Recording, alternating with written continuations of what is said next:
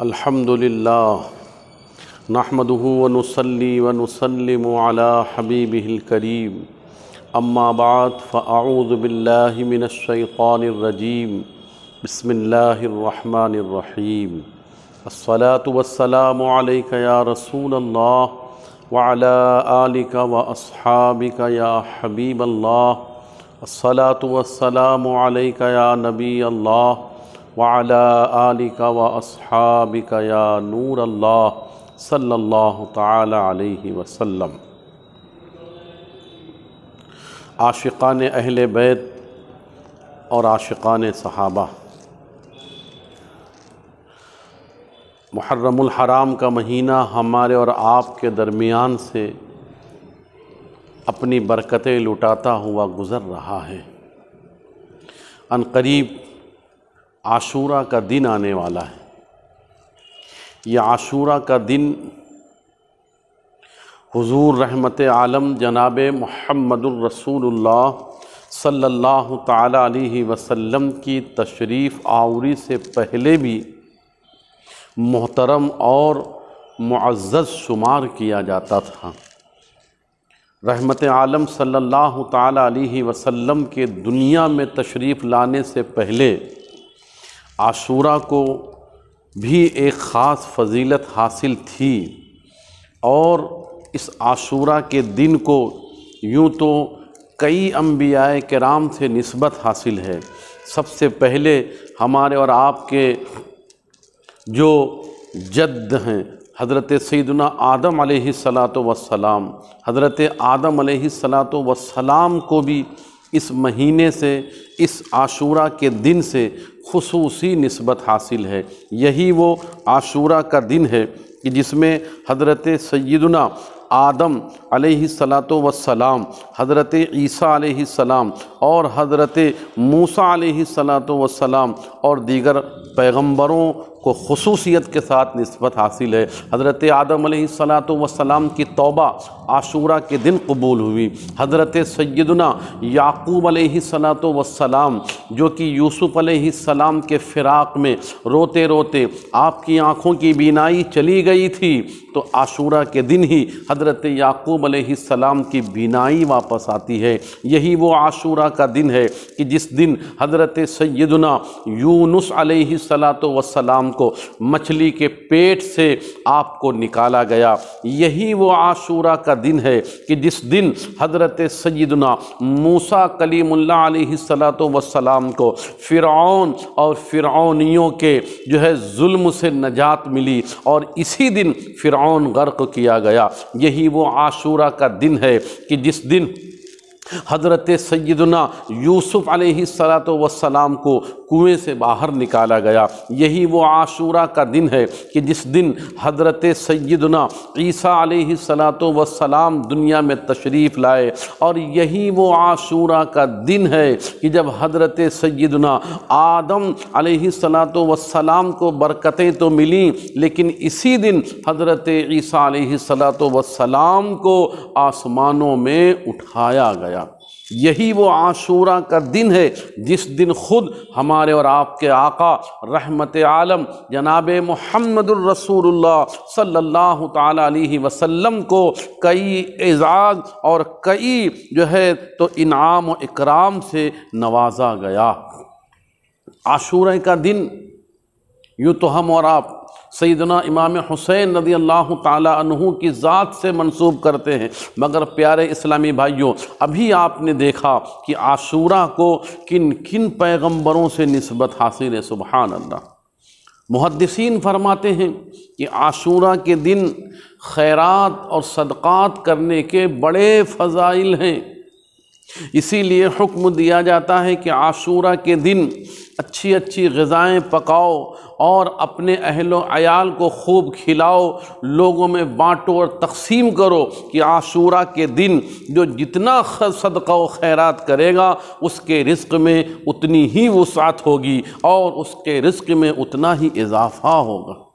اور ہاں جب ہم عاشورہ کے دن صدقہ و خیرات کریں تو اس میں ہم اپنے سیدنا امام حسین رضی اللہ تعالیٰ عنہ، شہید ہونے والے حضرت عباس علمبردار رضی اللہ تعالیٰ عنہ، جام شہادت نوش فرمانے والے حضرت امام علی اکبر، حضرت امام علی اصغر اور امام قاسم رضی اللہ تعالیٰ عنہم، ہم ان کی بارگاہ میں نذران عقیدت و محبت پیش کرنے کے لیے ان کے ایصال ثواب کی نیت سے بھی ہم خوب صدقہ و خیرات کریں۔ ایک طرف صدقہ و خیرات کرنے سے صدقے کی برکتیں ملیں گی، اور دوسری طرف ان شہدائے کرام کی بارگاہ میں نذران عقیدت پیش کرنے کی نیت سے صدقہ و خیرات کریں گے تو انشاءاللہ تعالی ان شہدائے کرب و بلا کی بھی برکتیں ہمیں حاصل ہوں گی۔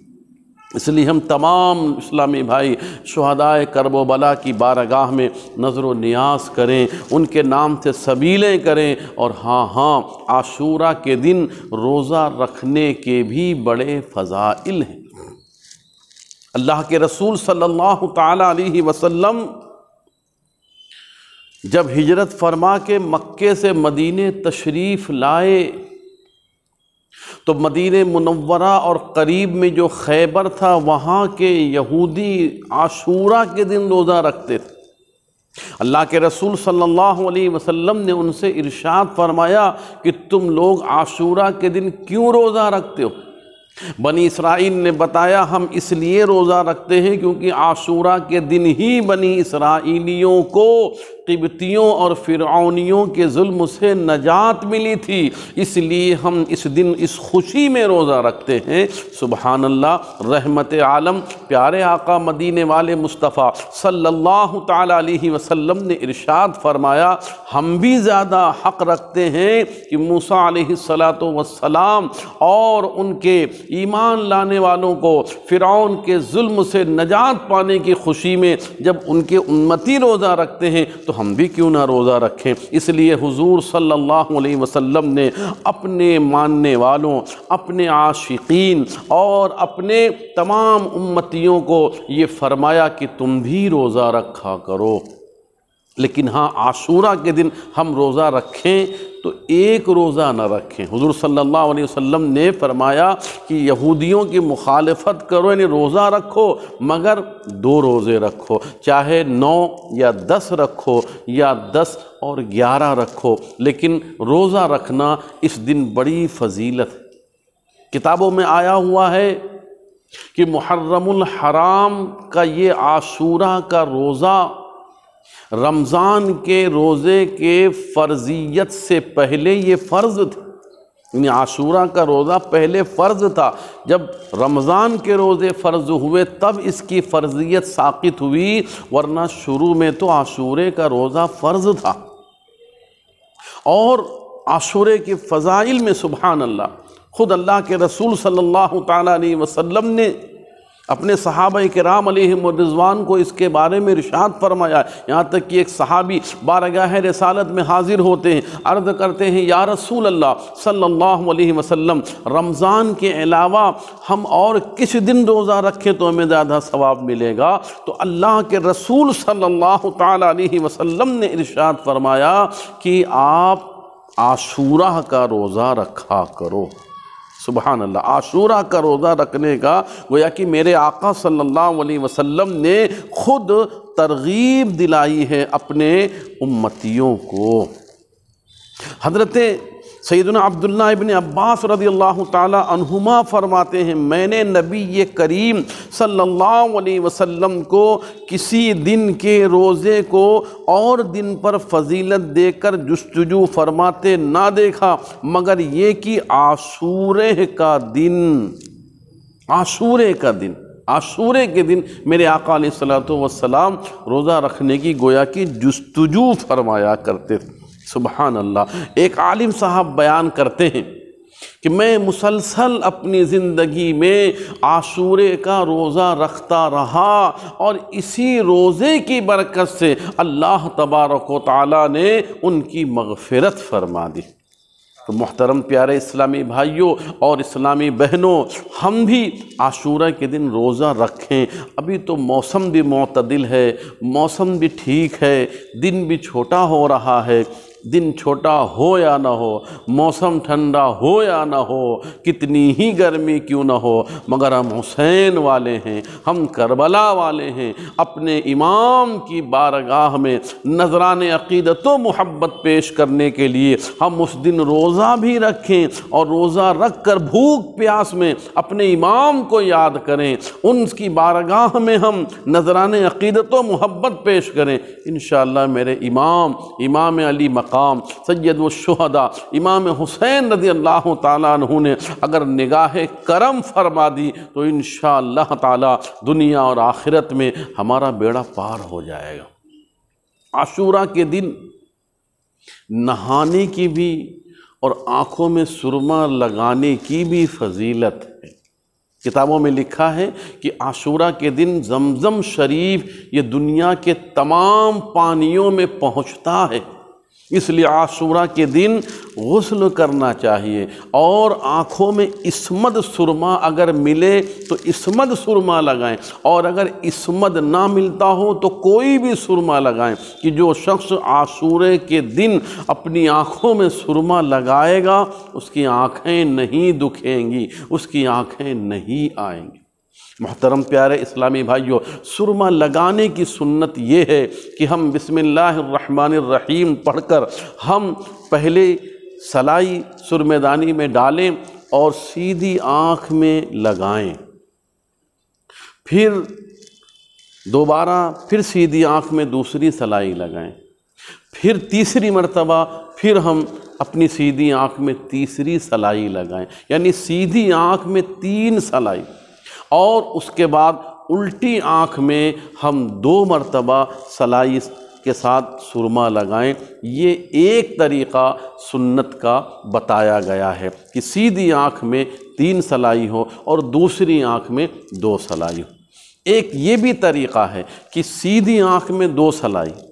الٹی آنکھ میں 2 سلائی، پھر ایک سلائی آخر میں لیں تو آدھی اس میں اور آدھی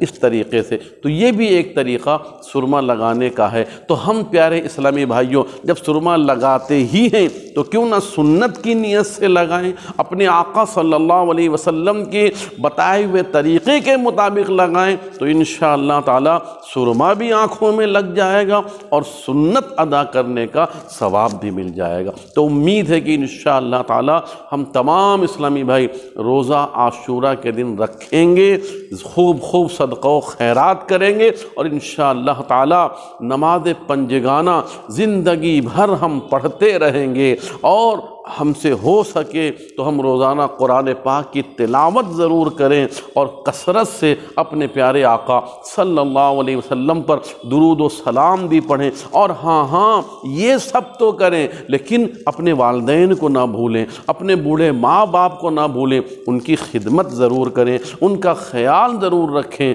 اور اپنے ماں باپ کی خدمت کر کے ان کی دعائیں لے کر اپنی دنیا اور آخرت کو بہتر بنائیں۔ اللہ تبارک و تعالی ہم سب کو محرم الحرام کے